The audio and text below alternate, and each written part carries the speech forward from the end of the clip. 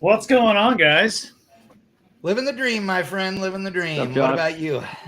Oh, living the life, man. Fresh off of a whirlwind week at PRI, I feel you, and my brother. yeah, it's nonstop, dude. Where? It's busier than race weekend. Oh my God, yes. Were you there, Matt?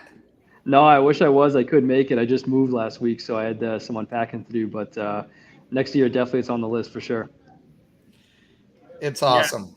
it was a great weekend, Matt. We definitely wish you were there. It was a good time.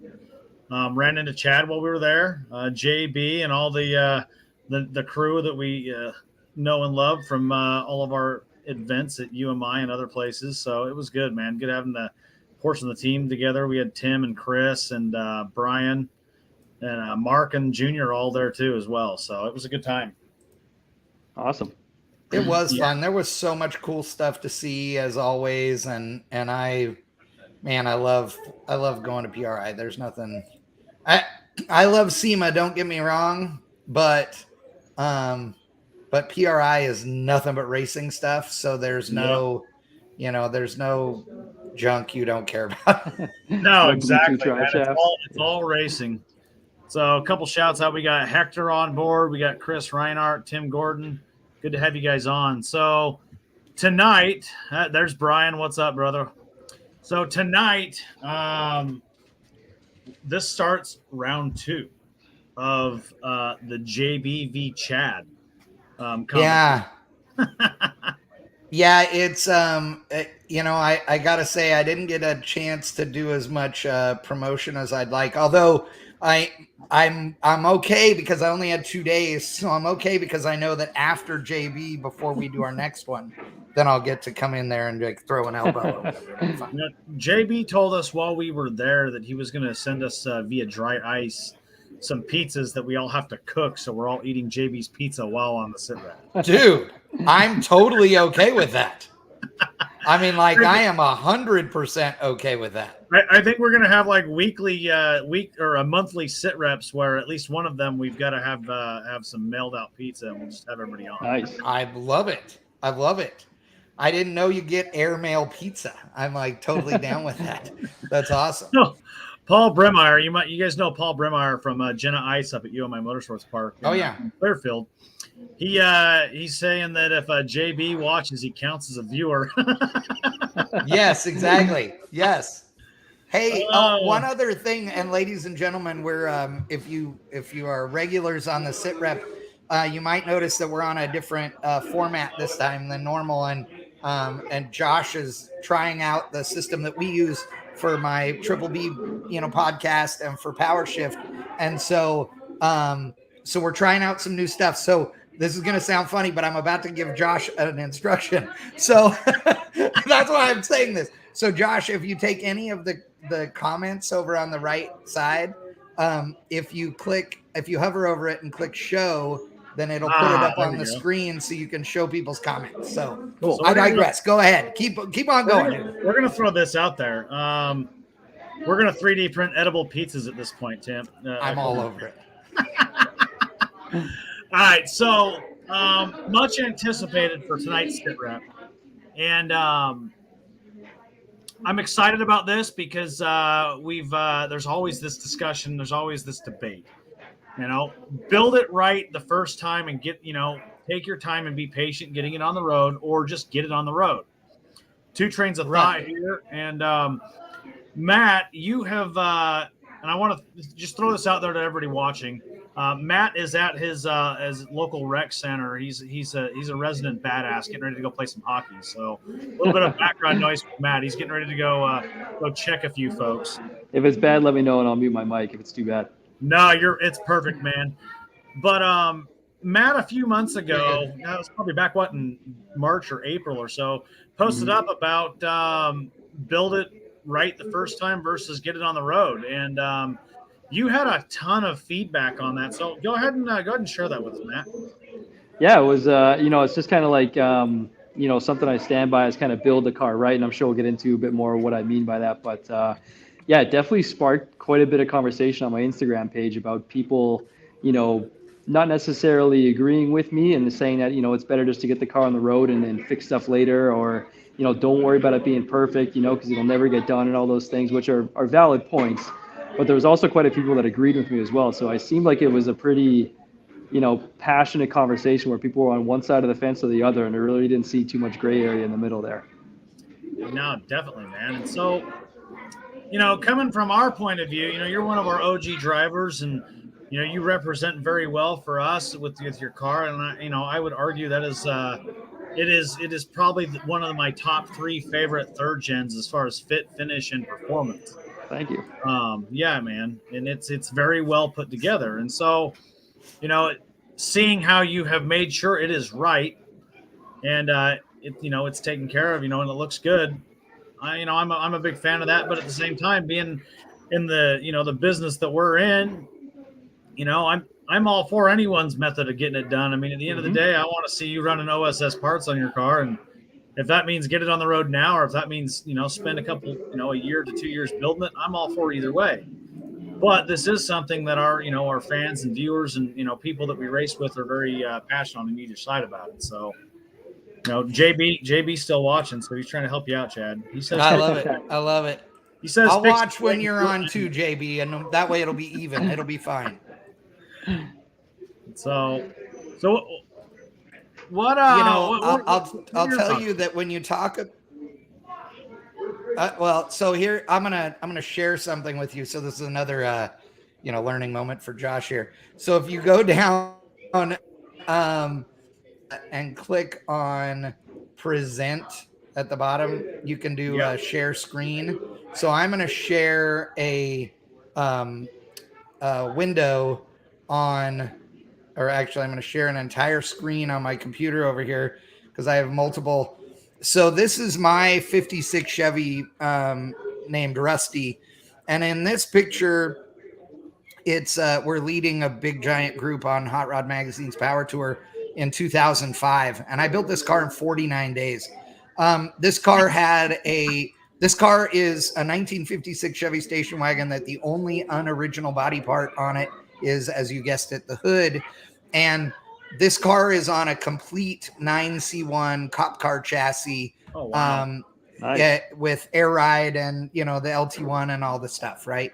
It's got a standalone EFI on it now and nitrous and a bunch of other things too. But this car is going to become my drag and drive and no prep car over the next 6 months. But these are a bunch of pictures from Power Tour. It was on the inside spread of the magazine and on the cover and what have you. You can see it lays on its balls. We drove this car. As you'll see, there's no windshield wipers, just lots of Rain-X. You can tell it's pouring rain there. We don't give a shit. We drove the car back window all over. Open? Yeah. Pardon me? Is the back window open in the rain there? Oh, yeah, absolutely. Your defroster? Yep. And yeah, exactly. It's the defroster. The thing, is all original. So the water would go up the windshield and then over the top of the glass inside the rubber, which was entertaining too. So you put towels on the dash. It doesn't matter. But that car is super famous. That's a really skinny Chad there. That car has, as you can see, there's no interior. It was Caprice seats. It's the Caprice floor. There's more money in, air ride suspension and gauges in that car than anything else. But this car, the reason I bring it up is because it was supposed to be this really beautiful show car. Renderings, all those things, huge plans. We took it on Power Tour because I needed a car that could haul my buddies with me and literally put it together in 49 days. And everybody lost their minds about it. Everybody. This thing was so insanely popular. This is why I do what I do now. This car is what, got me all the attention. This is it running on the very first drag week in 2005 at Kansas, Raceway, the start of the, of all of it. This is more drag week photos. The thing, it's done a bunch of drag weeks. It honestly, in this form, this thing, it has, 80,000 miles on it that I've driven it since 2005. And it's been parked for the last 3 years. So, this thing gets driven regularly or did. Super popular car. One of my favorite cars I've ever owned. It's awesome. It's named Rusty. It's it's bitching. I have a new hood that's going to go on it that has 140 louvers punched in it. It's the last thing that was ever louver punched at Blair's Speed Shop in Pasadena. It's badass. And by any normal, sane person, it's not finished. In fact, the whole plan with the car was to go take it on power tour, bring it home, blast it apart, and start actually doing it for real. So behind each headlight is a whole spool of extra wire because I didn't cut any wiring. So literally it's a full painless wiring system in the car, but none of it was shortened or run. Everything is temporary in the car. And it's, like I said, 80,000 miles on the road that way. I mean, just didn't care. So awesome. I am a fan of driving your shit, right? And there were a jillion people. I mean, a jillion, because this was 05. In 05, there were no patinaed cars anywhere out there that were gathering any kind of attention that were newer than a 1940s car, right? Yeah. Nobody did it with Street Machine era or stop. You're getting that. It's that air raid, man. Yeah, spam risk from Plymouth, Massachusetts. Nobody was doing this with, Street Machine or muscle car era cars. Like, they just weren't.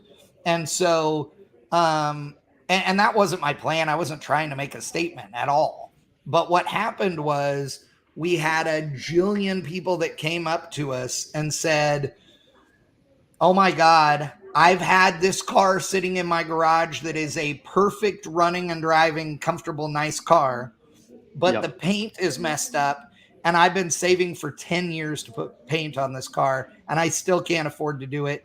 I'm going to go home and blow this thing off and go drive it. Yeah. Yes, that's what you should be doing. I can get behind that, Chad. Yeah, if you're inspiring people to get out there and get miles in their car, I mean, I don't care what it looks like. It's definitely, I think we can all agree on that. It's the more cars on the road, the better. 100%. And so, I mean, while I love a finished car, and I've built a jillion of those too, man, it depends on your situation as to whether you should just get it running or do it perfect. And when it comes to a pro touring car, I hate to break it to all of you, but there isn't one of you out there that can build one perfect. Not one of you, because no matter what you choose, if it's UMI, it's Detroit Speed, it's your own custom, whatever, you're going to think it's perfect. And then you're going to get out there and you're going to realize, oh, it doesn't do this the way I want to, or this the way I want to. And so it's constantly evolving. If you don't race your car and it's just a fun cruiser hot rod, perfection, quote unquote, is much more attainable. But if it's a race car, perfection doesn't exist. It's what it is right now, and then what it will be later. Yep. Yeah. Yeah. I look at the building right stuff, not so much as like getting it perfect, and definitely not the cosmetics. I think more of, I think Brian, you just made a comment there about like if you're tracking the car, right?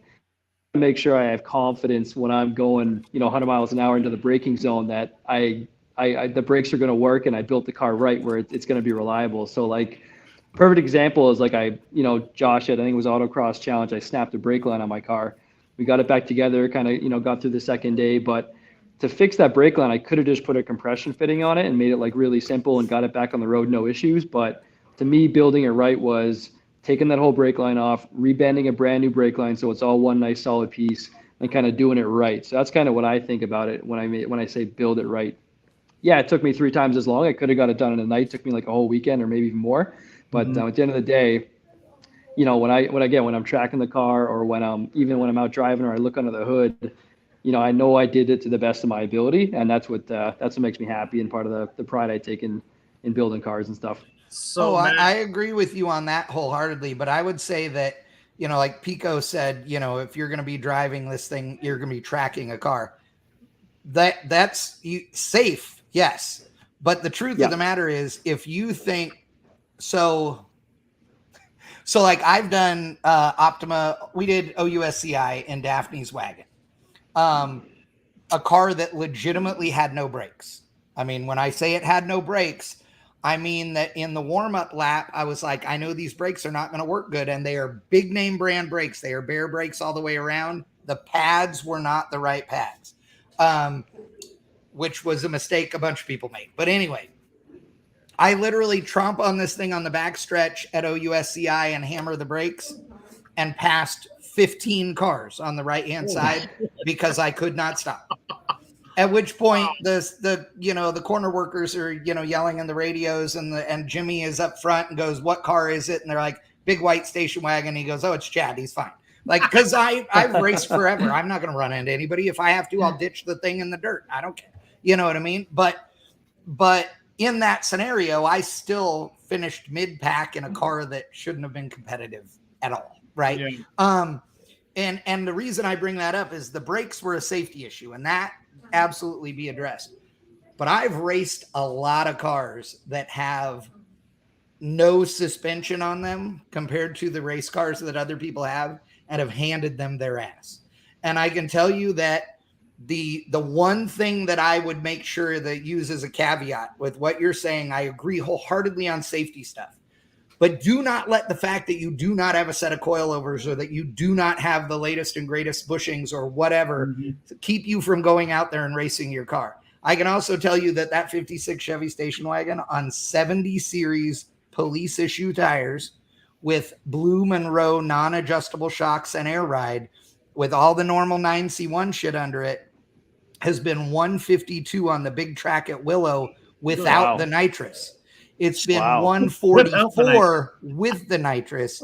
And again, in a car that by blowing the doors off of C5 Corvettes and C4 Corvettes out there with people that were not as experienced as me. Don't get me wrong. I'm not saying it's a Corvette killer car. I'm just saying that's fast on the big track at Willow. I don't know, Chad. You're talking about beating up Corvettes, and JB happens to own a I know, but he owns the right year. He owns the right year. I've literally been saying for 15 years C4 Corvettes are good, and everybody told me I was a liar and that I was stupid and said you must not have owned one. And I'm like, no, I've owned two. And everybody bitched and moaned about it until good guys went, hey, you can run C4 Corvettes. And then everybody's like, C4 Corvettes are the greatest thing ever. JB and I are the only people on the planet that thought they were cool before, so everybody else can screw you out of it. So JB, you're my boy. C4 Corvettes for the win. JB's calling you out. Yeah. See. Oh, bring it. Let's go. I'm in. Put us in equal cars that we have not driven. You can't be in your Corvette. Actually, you know what? Give me 20 laps on whatever course. I'll go head to head with you in your Corvette. Oh, that's a challenge right there. Dang. Yeah. We might need to show up a couple days early for the Muscle in the Mountains. Yeah, that'd be awesome. I'm down. Right, so Valerie is telling us that you clank when you walk. So I want to make sure that we I love you, Valerie. But no, I want to this one is a good example right here though. Yeah. I don't know how to pronounce your name, and I'm sorry, but look at Chump Cars. Not a whole lot of money spent on cars that literally make better drivers and faster times than some race cars out there, which is totally true. You know, I think that holds a lot of people back where they build, they tear the car down to nothing and want to build it up to be this supercar with like a turbo LS and the best parts. And I think that really slows people down, is that they build too much car for their ability. Like my car is too much for me. I bet you anybody in this call could probably drive it faster than I can, but it's something I enjoyed working into. But I made a lot of decisions on the car. Like it doesn't have Vikings, it doesn't have anything crazy. It's just got Coney shocks on it. Like there's decisions you can make when you're building a car to make it go faster and more affordable, especially stuff like shocks where it's easy to upgrade later. You know, when I was building my car, I spent money on things that are hard to get to, like, you know, clutch, or like things that are like buried in the engine compartment. But I feel like a lot of people feel like they need to go build, you know, a 10 out of 10 pro touring car before they go out there. But that's definitely not the case, and it slows a lot of people down. It does, man. I agree with you on that. And I think, like, Josh, I'm sure you see this because you're selling parts all the time. Yeah. You have somebody that's trying to go, like, their budget is, you know, I'm going to say $100. Yep. What their dream is to have the $1,000 thing. Yeah. But unfortunately, they don't have sometimes the knowledge or sometimes the self-control. So what they do is they spend that $100 on something that they're going to have to throw away later to get the $1,000 thing. Like, instead, you should save your money to get the $1,000 thing. And if you need to spend the $100 today, spend it on something you don't have to replace again. Like you said, Matt, like, I don't care if you have a 5.3 with a cam in it, put the diad clutch in it now, Yeah. right? Because then when you turbocharge the thing and everything, you already have what you need. Like laying the groundwork, the foundation with good parts, that's absolutely key. That's actually it's interesting you bring that up, because that's something that we actually do have an order form kind of thing where we call it an operations order. And an operations order in the Army is basically a series of instructions for a military unit to go conduct a mission. Well, we have a customer fill this out, and they tell us what the in-state goal is for their car, and we help build them a plan to get from where they're at now to where they want to be and minimize that. And so we were talking about this. We were talking about this on the last SITREP with Brian last week. I spent $4,500 on my LT1 style transmission, rebuild, clutch, flywheel, all these things. And I'm going to tell you right now, that LT1 style transmission works great. But now I am stuck behind a small block unless I replace the transmission, because it won't work with an LS because of the way the clutch design is set up in that thing. And so had I just bought a Magnum to begin with, I'd have been out about $500 more. But now I'm going to be out about $3,500 more because I got to freaking get rid of all this LT stuff to buy LS stuff. So, we talked about that last week, and then Tim Gordon brings up a really good point. Buy it once, cry once. Yep. Well, and it's funny you bring that up though too, because I gotta show this. We try to enlighten you. Sometimes you learn the hard way and don't listen. Right. Well, but here's another thing. So I've seen a lot of this, and I'm sure both of you have, where you get somebody who's building a car, and let's just say it's a third gen Camaro, because we can all agree those are awesome, right? So if it's a third gen, I mean, we're all on the same page here. Yeah. So if it's a third gen Camaro you're building, and you have a car and you have a hardtop Camaro, and it's rough, but it's there, and it's all those things, and you go, okay, I got limited amount of money, I got a junk small block sitting over here, and I'm gonna refresh the thing like on the cheap, dingle ball hone it, put the biggest camshaft in it I can, and go to town, right? And then you're going to put whatever suspension goodies you can on that thing.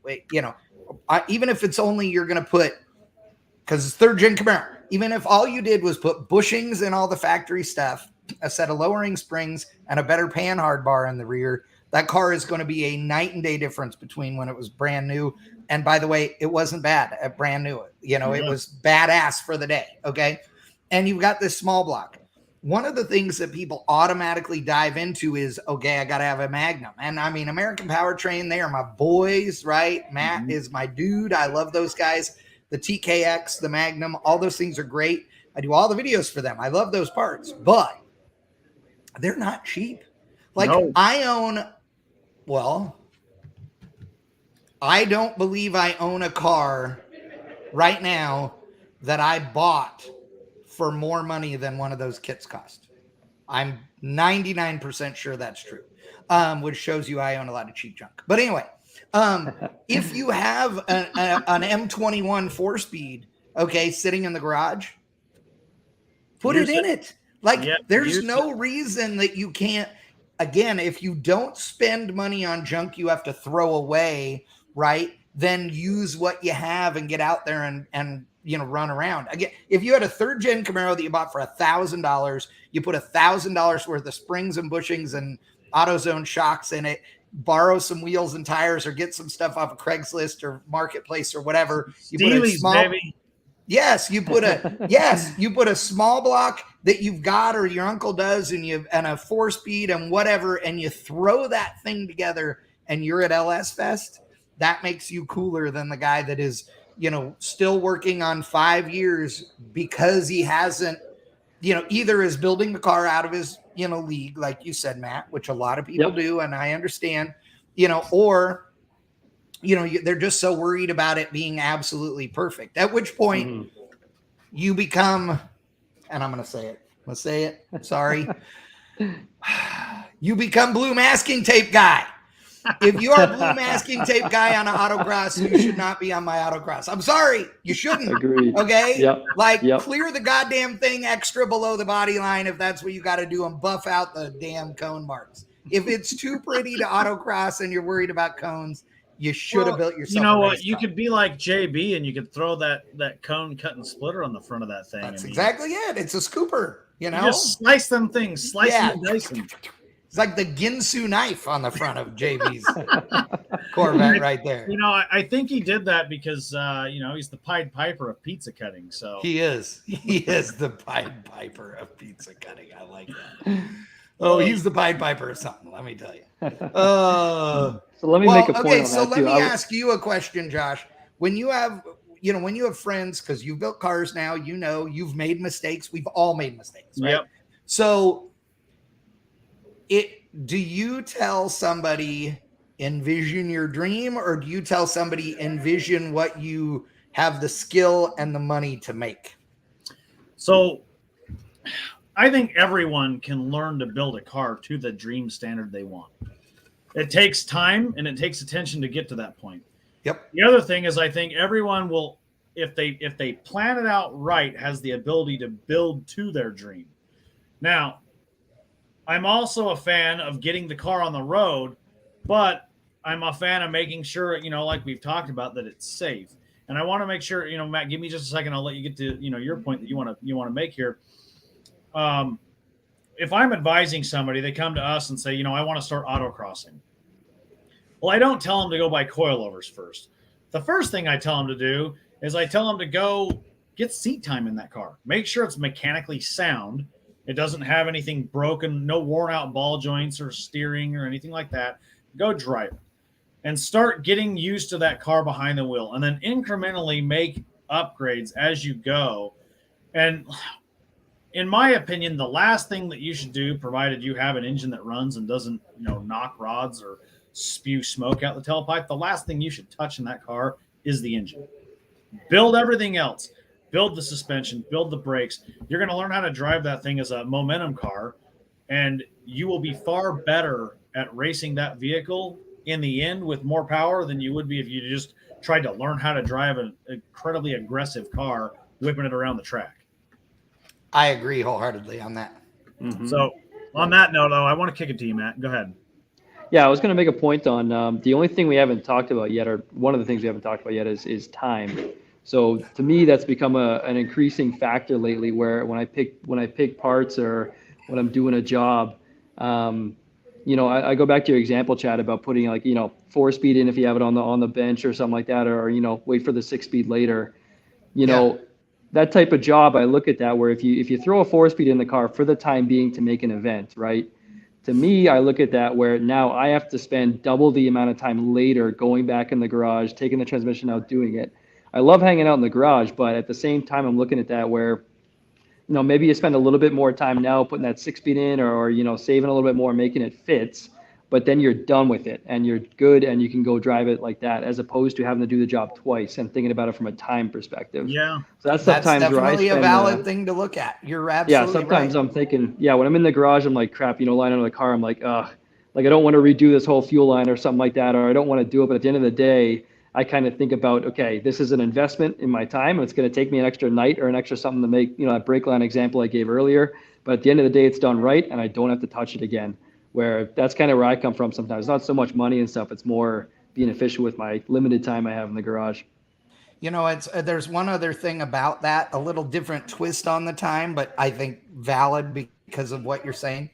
You know, there are times where you can buy part A, you know, for $100 that is a kit, right? That you have to assemble and weld and do all these things to, right? Or, you know, part B that is, you know, $175, but it's painted and ready to bolt on. Whether you have the skill or not to weld it and do all those things, for some people, like you said, the time is of, you know, if that's going to take you a few hours, what's your labor rate worth, right? You know, the $75 is, you know, is a good deal. You got to remember that your time is worth something. Anybody that builds a car and goes, oh, I only spent 50 grand on it, but I have 4 million hours in it. No, you don't have 50 grand in it, dude, because the opportunity cost of whatever the hell you didn't do, like, you know, so that is 100% right, Matt. I do agree with you on that. Now, I am the guy that has always had more skill than money, I guess is the way I'd put it, and not any more time because I'm too damn busy as it is. But so I have always had to be the guy to do some of that as opposed to, going out and just buying parts. But I can tell you that, one of the things I see a lot of times is you get a guy that sees a build and sees like Detroit Speed put together the floors in a car with a, Quadralink and a mini tub and all this stuff. And they make it look so easy. And the dude's like, hell yeah, I'm cutting my shit apart, and it's great. But dude, it takes way more skill and precision than a lot of people realize to do some of these things. And it takes way less than people think to do other things. So that's the part where you got to really spending your time and watching some YouTube videos and talking to people about what it really takes to do certain stuff. I'm always blown away by the things that people think are hard. And then some of the things those same people try and do that you go, dude, that really is hard. And you tried. Why did you try and do that? Yeah. Well, and you know what? I'm gonna do a little promotion here while we're talking. That's a big reason why we push UMI suspension for people that want to get into autocrossing, because UMI designs their stuff around being bolt-on. The only things that you really need to weld into the car are their subframe connectors, and beyond that, it's remove and replace. Right. And that is a huge thing. It's it's not talking down to any of the other companies out there, like Detroit Speed or Ride Tech or anyone else. But when you're looking at a 3rd gen or a 4th gen Camaro, for instance, and you want to set your car up to autocross, that rear suspension, if you want to move to a Quadralink, is a serious endeavor. If you want to go to Speed Tech, you will have a very good handling car, but it is a serious endeavor. Yep. But a UMI setup will get you running competitively with those serious endeavored cars, but at a third of the time, if not a fourth of the time that it takes to do it. And again, that's a value. You can't look at just the dollar amount. And sometimes, I'm saying this as if the easier it is to install, the more expensive it is. But sometimes that's not the case. Sometimes you may be spending $3,000 on something and $3,000 on the other one. And so the price is exactly the same, but one of them is a ton more work and doesn't give you any upside, Oh, exactly. I'll tell you the best example, and this will help people understand a little bit. So we used to do these suspension seminars for Ride Tech, back in the day.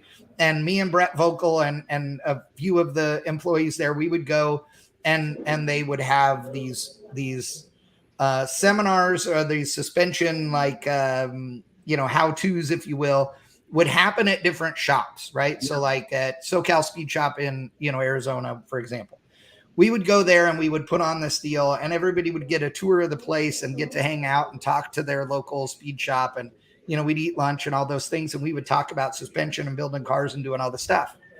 And the thing that everybody was blown away by and that nobody will believe, and I swear to you that the hand of God, this is 100% the truth. We would sit there and somebody every time would say, what are the top 5 things that I should do in order to my car if I'm building a pro touring car or whatever? And every single time, Brett Vocal said that the number one first thing you should buy if you are going to autocross your car is a seat. Yeah. Agreed. I wouldn't. And everybody would go, wait, what? Yeah. And Brett would go, before you question me, remember this, Ride Tech doesn't sell seats. Yeah. If you want to drive a car well, you need to not be moving around in it, which means you need seats, or a seat, and then you need belts. Yeah. Those are number 1 and 2, right? And that is number 1. I guarantee you that half of the people that do what we do, they are not in the seat right. They're flopping around. I can make them faster just by holding them in the seat better. You know what I mean? But I use that example because, again, sometimes the simplest thing is the thing that will make you the best. And we're talking pro touring right now, but if you've got you're building a 32 Ford, you want to think about the things that are going to make it comfy and nice to drive. Well, let's switch gears. Okay. Pro touring autocross and drag racing. Yeah.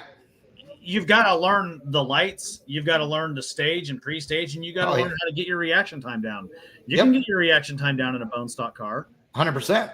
You can learn all of that in a bone stock car and get really good at it. But if you jump in a 700 horsepower car with Caltrack bars on it, you're going to blow it through the lights every single time. Yeah. But if you learn and work your way into it, you're going to be far better. I'll tell you that I won more rounds of drag racing in a 2000 Pontiac Grand Prix than I have won in any other race car, and I rented it from Avis. I was in Petaluma, California, which is right next to Sears Point. I was there for business. I was in a Grand Prix rental car, and every Wednesday night I ran the bracket races there, and I won a jillion races. Like a lot. Okay. The very first weekend I was there, or the very first Wednesday, I runnered up and was like, oh shit. And they gave me a trophy and stuff. I'm like, what? So like it was slow. I like bracket racing a slow car. I like to be the one they're chasing. That's just my personal preference. But yes, it doesn't matter what you're in. And truthfully, the same goes for autocross. Okay. I never drove a real car actually on the road course, like a really well-prepared car, other than when I went to Bondurant when I was 16. But other than that time, I didn't drive real prepared cars for years and years and years. And you learn how to make a car do things because it won't. Yeah, of course, Paul. They were all in the trunk when I returned it. It was great. But I did have to return one because it was missing an axle, but that's another story for another night. I'll tell it when JB and I are on. We're going to have to tell our most ludicrous car story, and that'll be one of the top 20 for me. But yeah, so, you know, you learn how to drive a car. I mean, quite frankly, we know a lot of people that have very well-prepared cars who only know how to drive a well-prepared car. So when the car isn't doing what they want it to do, they are incapable of being fast. And I mean, like, really incapable. And I know this because there have been lots of times where myself or somebody else has gotten into somebody's car after telling them what they need to do to make it turn because there is no adjustment available.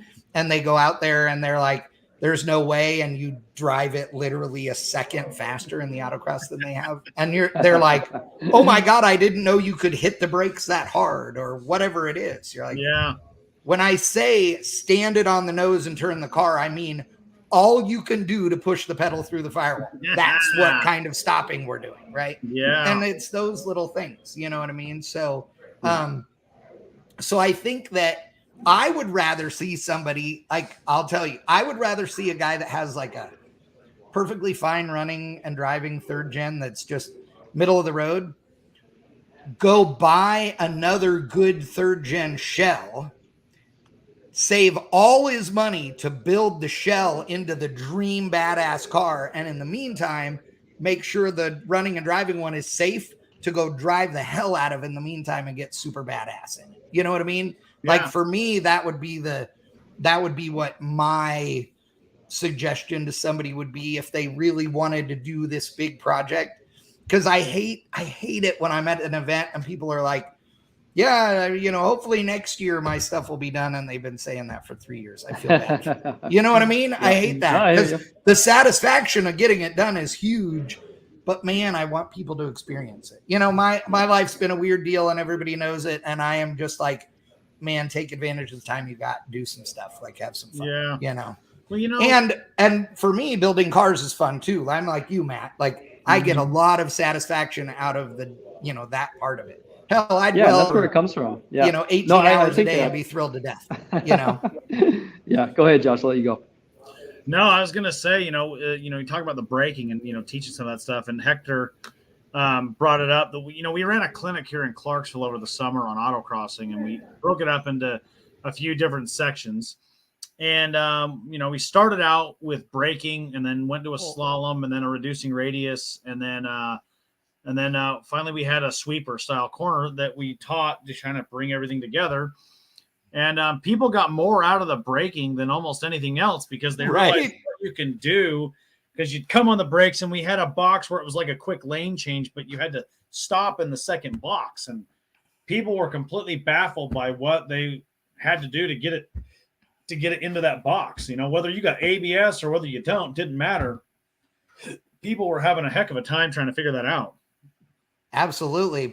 I went to Bondurant, like I said, when I was 16. And the reason my parents sent me to Bondurant for their 2-day advanced driving, whatever. It was it was how to be safe and all those things, right? It wasn't a race car class. It was a how to be safe class because I had a 69 Camaro convertible I was trying to get done, right? So my parents wanted me to learn to drive, right? And I grew up with drag racing and all that stuff, but still. But I think everybody should go through those kinds of things, but we did, like you're saying, on the brakes, you're driving at speed, you would get to a line and a light would light up over one of 3 lanes, and you had to get on the brakes to make that corner and then stop in the box in that lane. And we did skid car, we did all those things. Some of those really simple, exercises can be really good to help you be a better driver, If you've never done a wet skid pad, you'll be amazed at how much a wet skid pad will teach you. Oh my God, yes. Yeah. Don't cancel wet autocrosses. You should still go, definitely. No, I love driving in the rain. Oh, and I'll tell you, it's some of the most fun stuff to watch too. Like at LS Fest, we've had rain a bunch of times. I'll never forget as long as I live, watching Stacy Tucker and her 69 Camaro come down for the speed stop on a Sunday. And it was, I don't know what it was about her Camaro, but something in her Camaro made the biggest splash, of anybody out there off the front tires and like out the grill. I mean, it was insane. There's crazy pictures all over the internet of it, and turn the corner and, wood the thing and go out. And in tires that aren't really supposed to be in the wet, quote unquote. Yeah. And it's fun to watch. And like you said, it adds a ton of driving experience in a very short period of time. You hit the limit way sooner. Yep. Yeah. Oh yeah. Yeah. And okay, so let me ask you this on that note, and it's a little off topic, but I see a lot of people who will not drive their car to the limit, okay? Because they're afraid to get there. And until you, in my opinion, until you get there, you don't know what the car can do and what the edge is. With that said, I also see people that drive their car way beyond the limit every single time they're in it, and they are a danger to themselves and others. So I think if you are not smart enough to know that you've reached the limit and went over it, then maybe that's a poor deal. But for me, I think you have to get to the limit to really be able to understand what your car is capable of. What do you guys think? You have to cross the line sometimes, remember where it is. So it's and it's different on every track, every surface, and how your car is running that day. So it definitely pays to keep pushing until you find the right spot in every single corner. Oh yeah. I'll tell you this, every time I have ever gone out and had a really dirty run where I'm just all over the place and cars sliding everywhere and I'm barely keeping it under itself, I've ran a fast lap, but when I clean that lap up and go right back out again, I'm faster every time. Yep. 100%. I'll tell you one other thing that I'm surprised about, and I've thought about this a little bit, and I think I'm going to work on how to do a sort of seminar on this for people with Holly. But at the drag races, whether I'm driving the wagon or we've got the Pro Mod car out there, whatever we're running, like every time you get back from a run, you plug the laptop in, you look at data, right? Yeah. We review the data.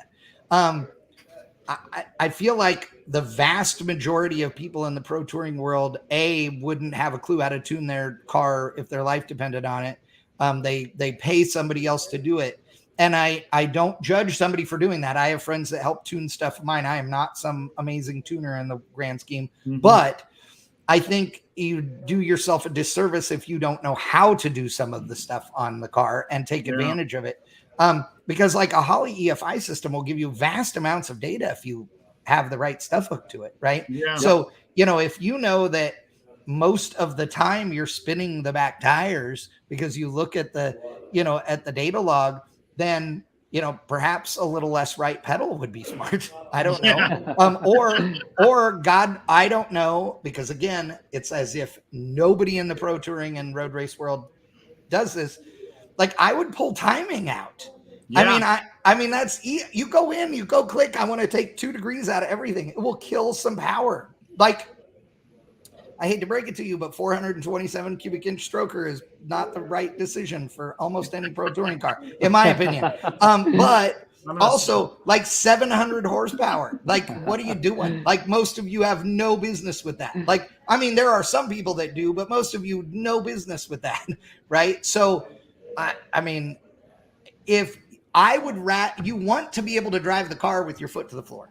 Like, that is the perfect deal. So if it makes too much power for that, then fix it. The other deal is nobody seems to play with throttle bodies. Do you guys not know that you can take an electronic throttle body and make it so that the first 3/4 of travel on the pedal is only half of the travel at the throttle body, or 1/4 or 10%? Hello.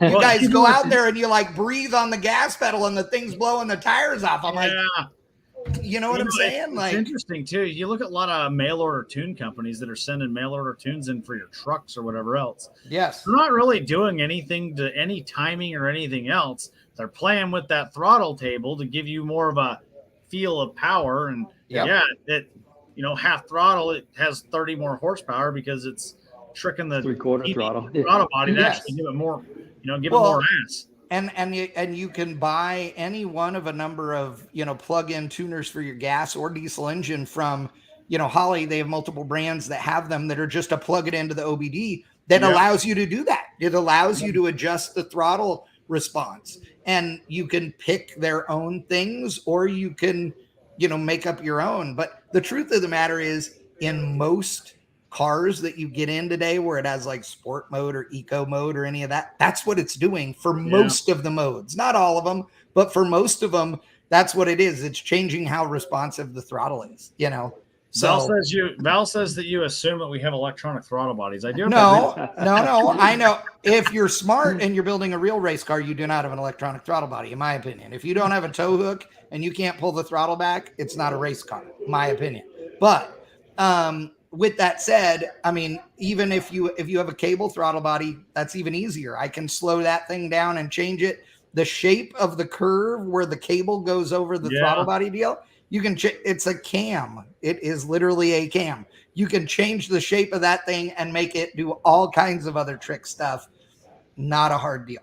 And you can do it, I mean, literally by cobbling together some parts into your garage. So, That's good stuff. Yeah. Oh, I'm not gonna lie, man. I'm looking through this little chat that we have here, and it's awesome. There's all kinds of great things going on in here. It has gone off the complete deep end, and then came back.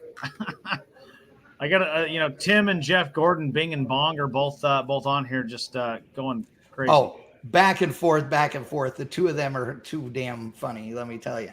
I'm just happy to see JB on here too, man. He's been he's still hanging in. He's supporting you. Yes.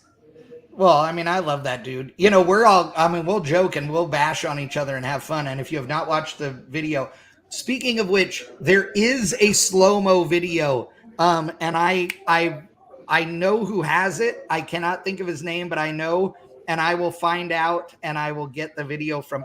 Oh, actually, I think Caleb has, now that I mention it, I think Caleb has slow-mo video. Does Caleb have it? I'll hit him up. I think Caleb has slow-mo video.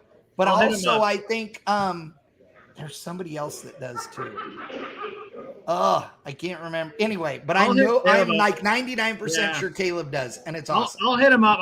He probably does. It's interesting. Caleb's actually local to me. He lives about 20 minutes away. Oh, yes. JB says Caleb has.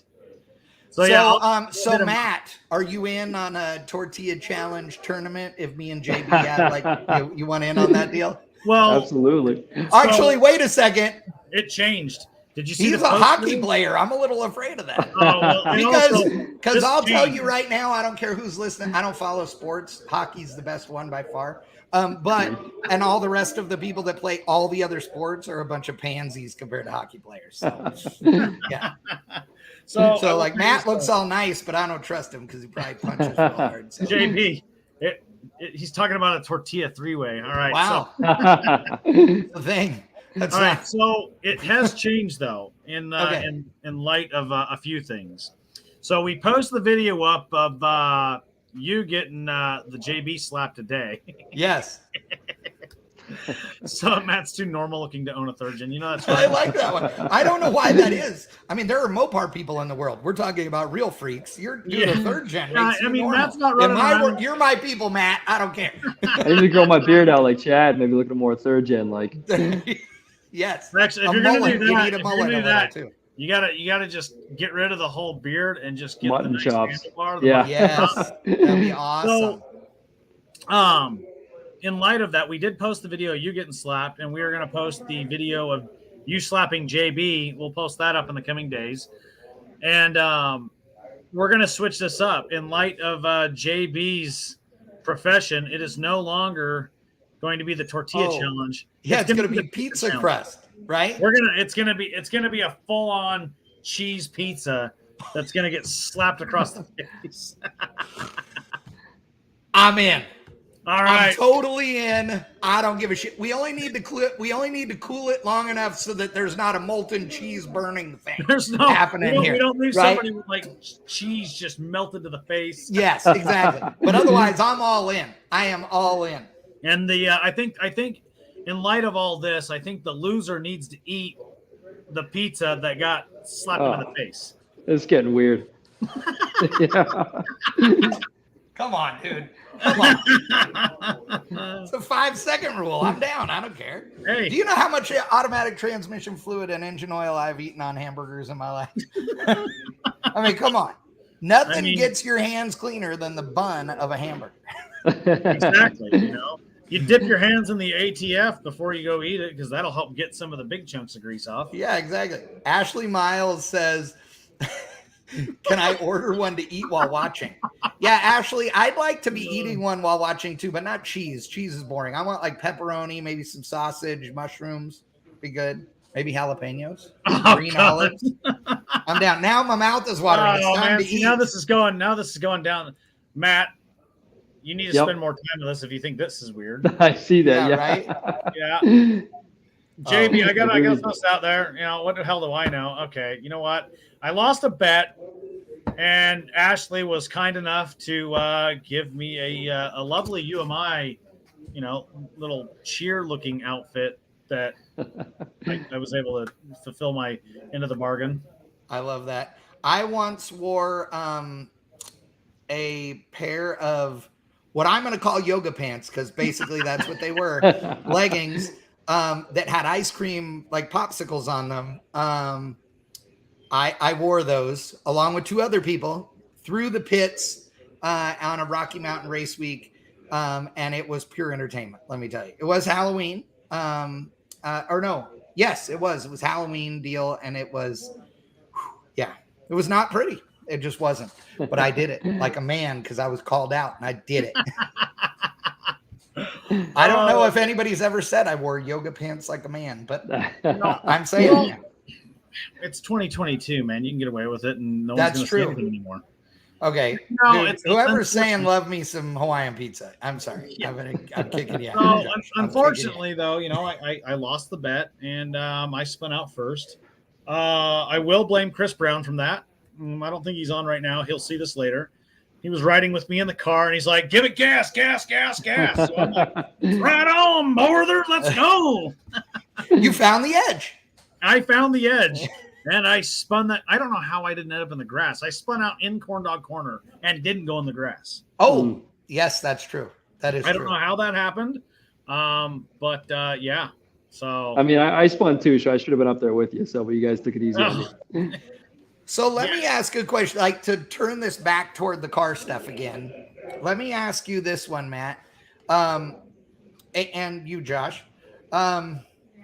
So if you had to tell somebody that came and said, God, I want to build a pro touring car, and whether they've built hot rods before or not, if they didn't have, all the skills, right? If they're not a car builder, what would you say is the most important new skill they could learn if they wanted to build a car? For me, I would say off the top of my head would be organization, because at the end of the day, it's all just nuts and bolts and sometimes following directions and just thinking and taking your time. So to me, I would think as long as you take the car apart and you bag and tag every nut and you kind of take some good pictures and kind of put it all in an organized manner. To me, off the top of my head, kind of being organized and just, I'm assuming you have a basic mechanical ability and all that stuff. So to me, Right. taking your time and doing it with patience is the first thing that comes to my mind. So yeah, I would definitely agree with that. And I think the other thing that I would also throw out there is learning to research. Research is challenging, and everybody always says, "Oh, just Google it." Well, that's a really, in my opinion, that's condescending, and because you got to know what to look for. If you just type in carburetor, you're going to get 5,000 results that have absolutely nothing to do with what you're looking at. So That is true. I think the biggest thing is you bought a car. All right, we've been talking third gens tonight. Matt and I both have third gens. Right. Go buy a Haynes or a Chilton manual for that car and start right there. And if there's anything that doesn't seem clear, if you're replacing the clutch or whatever you're doing, then further investigate. But at least at that point, you will have some terminology to go off of. I like that, and I agree. I'm glad you said that, Matt, because that's the number one thing I think people forget is like every horizontal surface in your shop will be covered with tools and parts and crap. Okay. Anybody who thinks depending that on how rapid it is, the vertical might have tools. Yes, that's true too. I tell everybody, like, I know people that are like, oh yeah, I need 40 workbenches and all that. I'm like, yeah, that means you have 39 and a half of them completely covered and buried in shit. Like, you don't need that. You need shelves and you need small toolbox tops. Like, that's what you need. If you got too much room to just stack shit up here, horrible. But it's that organization. And I think, Josh, that part of it is what you're talking about searching. Like, you need to organize not only your parts, your pieces, your build in the shop, but also you need to organize the plan. Like, the planning part of it is a big deal. But again, don't get caught up so much so that it takes you a year to develop the plan and never turn a wrench. You can be doing things at the same time. But I think it's a big deal is the organization side. I think that if I had to choose a technical skill on top of that, I would say buy a welder, learn to weld. And I would say buy a cheap welder. There are great cheap welders out there nowadays. I know a lot of people who have tried to weld and they're too impatient. So they go, oh, I'm not good at it. Well, welding is like every other thing on earth that you want to be really good at. And that means you need to spend time doing it. And it's super easy and cheap to learn to weld by welding the hell out of a bunch of things in the shop. Like random things. Yes. Like totally crap, scrap pieces or build things that are not structural but are decorative, right? Build a coffee table, brackets, build a lamp, build brackets, build anything that you are, especially build things that you want to look like they are not welded. Those things that you're going to grind smooth, because it'll teach you two things. Number one, it's going to give you that practice welding. When you grind on it, you're going to find out how crappy your weld was or wasn't, right? You're going to have to fix that weld. But it gives you practice and you're still doing it and you're making cool things. Make stuff for in the shop, make hooks to hang on the wall, make yourself a welding cart, whatever. I mean, those things focus on that, watch videos online. There's, everywhere on YouTube, you can learn how to do stuff so well. And the one thing I do want to bring up too, let me grab this real quick. Give me 30 seconds, 2 seconds. Yeah. While he's grabbing that, Chad, I guess just going back to my organization point, dude, the amount of times that I burned myself where I've taken something off the car one night and say, okay, I'm going to put it back together the next night. and then something pops up and I didn't organize the bolts, or they're all in a pile. I've gotten burned by that so many times, but because something happens and it ends up that instead yeah, of it it ends up being being the like next 2 weeks night, down the road or something like that. yes, Yeah, exactly. and you forgot what the hell order these Yes, brackets exactly. stacked. Burned me so I'm many with you. times. Yep. Yep. Dude, that's where nowadays, I mean, Yep. photos, Exactly. you know, Yep. photos, notes, whatever. Like you said, bag and tag Too stuff. easy. Big No, time. that's a huge thing. So, I'll give you a little story about taking notes and bagging and tagging. When I first Hey joined the Josh, Army, sorry to cut you off, but I got to run to my my game here in the rink. So thanks for good chat with you guys, and I guess we'll talk to you soon. Dude, No, Matt, definitely. it was awesome. Thank you Thanks, Matt. for joining All us. right. This is cool, dude. I'm Thanks, in on the brother. tortilla stuff. You want to do that? Count me in. Oh, it's Awesome. gonna be some pizza. Hey, good luck. Go kick some ass tonight. See you Take guys. care, brother. Bye. Bye. Dude, So- Matt's good. That No, dude he's is sharp. solid, man. Yeah. So we'll kind of wrap up with this. But when I first joined the Army, I was an aviation mechanic. Okay. And this kind of ties in with the bag and tag and taking notes. And in the Army, when you're doing any maintenance at all on an aircraft, you have a form that you fill out, and each time you take a part off that, you put an X on it, and you write down what you did. Removed 5 bolts from carburetor, or whatever, 4 bolts from carburetor, disconnected carburetor linkage. That's your problem, Josh. There's only 4 bolts on the carburetor. Shush. You know what? Extra parts. No. Extra parts. I had a Honda that had 5. Okay. Okay. All right. So you've got these forms, and you put it the red X. Well, as you're putting it back together, if there's a red X, it has to be signed off by an inspector to verify that it was done properly and torqued properly. Oh. So I don't think we need to go to that level of extreme with the automotive hobby, but filling something out to identify what you have done, and it'll help you with putting it back together. It'll help you remember how it came out. I think that's a huge thing. So if you're learning, that's a great way to start. If you've done it 18 million times, then that's one thing, but if you've never done it before, write that stuff down. Well, and also, I think one thing that people they lose track of is you watch on YouTube and you watch some video, and and I'm going to just use me as the example. So you watch some video and you're like, oh, okay, well, there's Chad and there's Josh and there's Brian and JB, and they're tearing apart this Camaro. Well, we've done this a bunch of times, right? Yeah. So we got impact guns and we're just nailing stuff and we're yanking it apart, right? But if you have not done it a bunch of times, then man, take your time, and take the time to pay attention, because how some of those things come apart are going to matter. And especially if you are going to refresh factory stuff and put it back on, I would also say that don't use an impact to take your stuff apart most of the time. If you are not capable of controlling the trigger to doing low power too, then you want to break everything loose first with the ratchet and go, okay, it's loose. So you're not breaking bolts, I learned that the hard way. So I learned that, my dad's on here watching. Tom Jones, not the singer. What's up, Tom?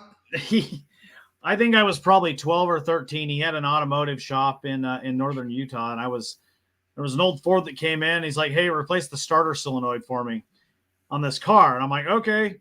So I grab his air ratchet to replace the starter solenoid in this thing. And I'm like 12, maybe. Right. And you just send it. And the thing pops out of my hand. It breaks the starter solenoid into about 4 different pieces.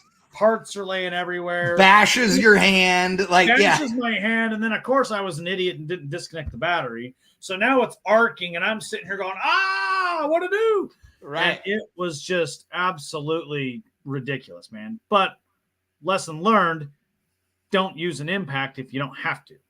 Right. You will break things. And honestly, it's easier to use a breaker bar to pop things loose than it is an impact. Oh, yeah. Well, and your dad actually says, too, keeping bolts with the component they go to always has helped me. I've done that, too. So I'll tell you, when I do that very specifically, is like if you pull the accessories off the front of an engine, let's say a small block Chevrolet, and you have like alternator and AC brackets hanging off the water pump.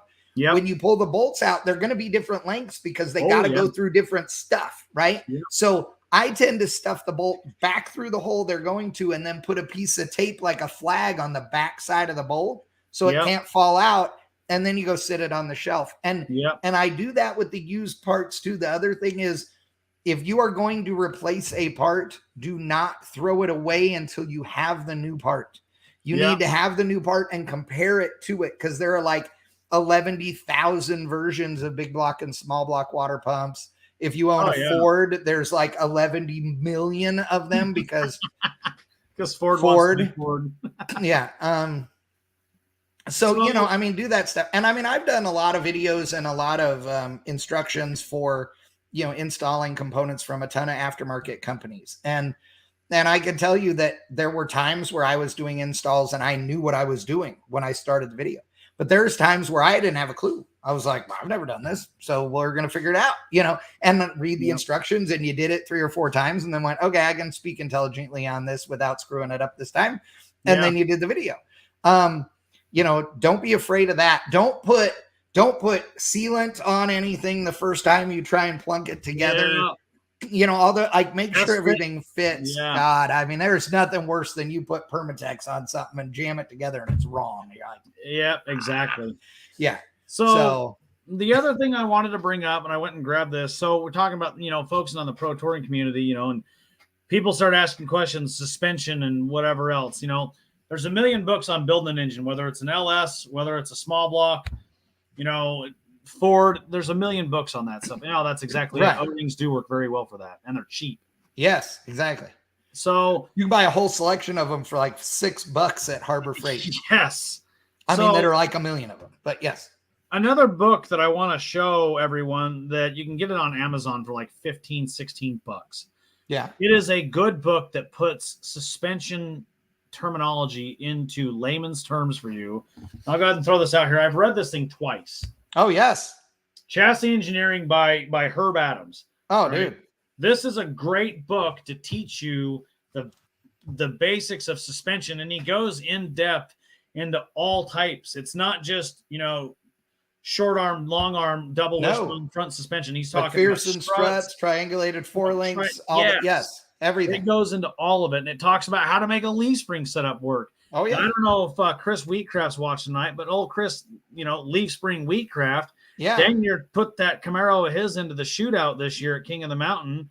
And he's still on them old school Leafs. They work and can work very well. I have 2 copies of that book, a pretty clean one and a really dirty one. And yeah, I've had the dirty one. I got 20 plus years ago. No, probably, shut your damn mouth, Josh. Maybe 30 years ago.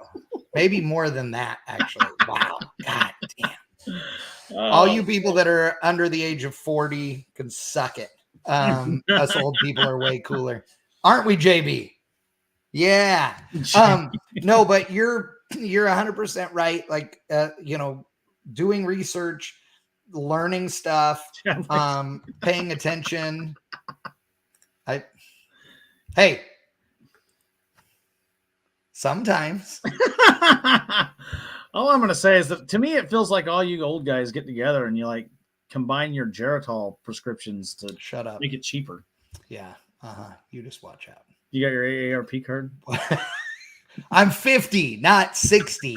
Or actually, I think you have to be 55 for the AARP. I'll tell you, though, when I turn 55, the first thing I'm doing is buying senior. Well, I was going to say I was going to buy senior coffee at McDonald's, but I don't drink coffee. So I'm going to go somewhere and ask for the senior discount on the morning. Actually, what I'm going to do is I'm going to be out with my buddies drinking all night on my 55th, like the night before. So I'm going to do like when you were 21 and you went out after midnight. So after midnight, when I'm at Denny's, I'm going to order up the senior menu. It's going to be awesome.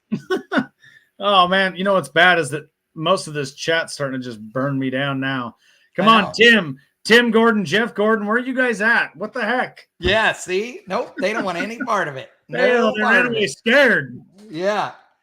All right, so we know they're going to be losing this pizza challenge. Oh yes, 100%, 100%. Oh, there they are. There they are. Oh, I'm 36, man. I'm not old. That's true. You are Jeff- not. Jeff Gordon's in here. Jeff Gordon, what are you, like 22? You're still on the uphill side of this thing, right? The truth of the matter is once you hit 40, which I didn't think about until I turned 50, but once you hit 40, in most cases, you're on the downhill side of this deal now. Like, there's an uphill side of life and a downhill side. The only good thing about the downhill is you get going faster. I hope I can plateau for a little bit, carry it out. That's true. It's kind of like building a really strong motor. I'm on the plateau. Thank you very much, Josh. That's exactly it. It's like building a strong motor, man. You don't make it to peak and fall flat on its face. That's you true. Build that thing, carry it out a few hundred RPMs and let it hold. Yes. Oh, JB. Oh. I love it. I love it. Much. Well, brother, man, we've been on here for a little over an hour, and I've had an absolute blast on this thing. Me too. Once we finish up, we're going to pull some analytics data, and we will post that up to share with the world what we had. So JB knows what he's got to beat. Yeah. Hey, and I will be on JB's show, in the chat as well. And then we're going to have a follow-up one after that, right? Where we'll have a follow-up with you and JB on together. Okay, good. There you go. Yeah. So it'll be fun. I kind of envision this kind of like the old WWF interviews. Yes. You got Ric Flair on there and he's like, woo! Yes. And then, you got Macho Man Randy Savage getting ready to snap into a Slim Jim, Right? God. Well, I appreciate it. Thank you so much for letting me be a part of it this week. I hope you like the whole software thing. And we are going to move to this platform. I'm sold on it already. And just to throw this out there too, a couple little tidbits. We are in the midst of a website platform upgrade as well. And I'll tell you this, our initial reviews from a couple people have been very good. We're about 65% complete with that. So we're hoping by the first of the year, we're going to be moving to that new platform for the website, make it much easier to find what you need. And you'll be able to tell whether or not it's in stock. You ain't got to call me. You can literally click and go and get what you need. So, yeah, very cool. If you need help with anything, I think you've figured it out this week, but you need help with anything, you guys just let me know. And everybody out there that tuned in tonight, thank you so much. Oh, yeah. I love it. And for jabbing and having fun with us, that's what this is all about. We get real serious sometimes about building our cars and racing our cars, but the most important thing is have a good time doing it. And if that means if the fun is building it and it takes you 10 years to do it, then good on you. But if it's if you want to drive it, then figure out how to do it. Exactly. But thank you again for being on here. Thank you guys for tuning in and having a good time with us tonight. We definitely appreciate everything. On that note, see you guys next week. See ya.